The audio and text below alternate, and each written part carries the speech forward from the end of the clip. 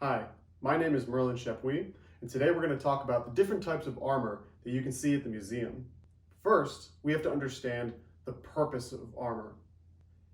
In general, armor is used on the battlefield, in knightly sports, or for parades.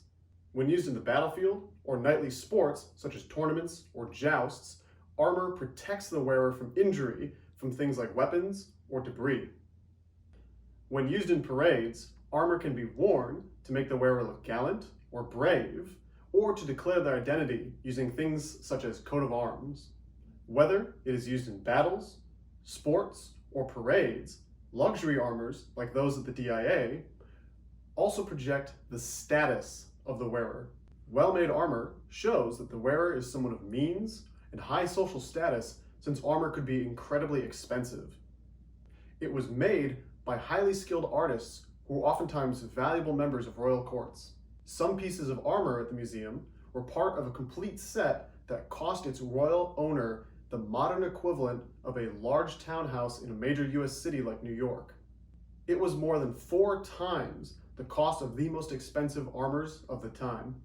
It should be noted that almost all of the armor in our collection is plate armor, but armor came in different forms, such as mail, which is made of interlocking rings. When people think of knights in armor, they oftentimes think of knights on battlefields.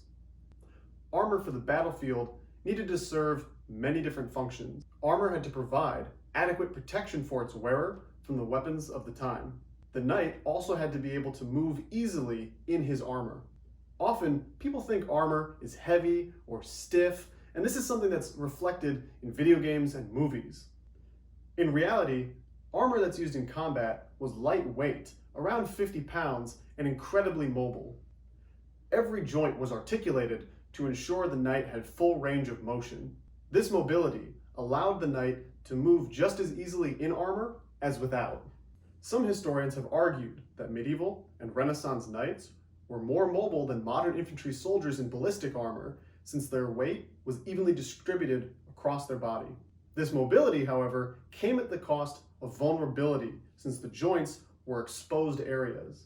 These were often reinforced with mail to provide some level of protection. Combat armor was also often designed to reflect not only function, but also the fashion styles of the period.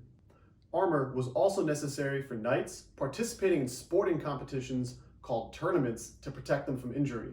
The most well-known form of knightly sport was a mock combat tournament called a joust.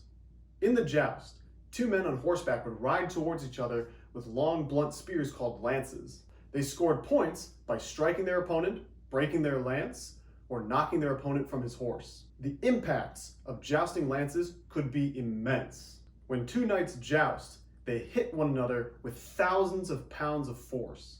Because of this and the static, regulated nature of the tournament, mobility wasn't as much of an issue. Instead, there was an emphasis on safety, making the armor thicker and less mobile. Oftentimes, competitors' necks were reinforced with rigid steel plates to protect the wearer from injury. Jousters' left shoulders were also reinforced with extra pieces of armor to absorb the impact of their opponent's lance and to also prevent the lance from piercing a single layer of steel. Visors were carefully shaped to deflect stray splinters that might injure the wearer's eyes. Parade armor was highly decorated and meant to show off the wearer's status. It was often the product of teamwork of armorers who worked with steel, as well as gold and silversmiths. Although medieval and Renaissance princes and kings wore battlefield armor during parades, this type of specialized parade armor began to appear around the 1500s. This armor was designed primarily to be used during special events, like a dress uniform for a modern soldier or a tuxedo today. It was often embossed, gilded, and colored using a variety of techniques, as seen on this Italian half armor here. This armor was influenced by images of ancient Greek and Roman heroes and generals. Its helmet is decorated with a golden figure depicting Fame blowing 2 trumpets to signal the wearer's renown. These incredibly elaborate parade armors are considered by some to be the pinnacle of the armorer's artistic expression during the Renaissance period. These are just a few of many examples of armor we have at our museum. Come see them for yourselves at the Detroit Institute of Arts.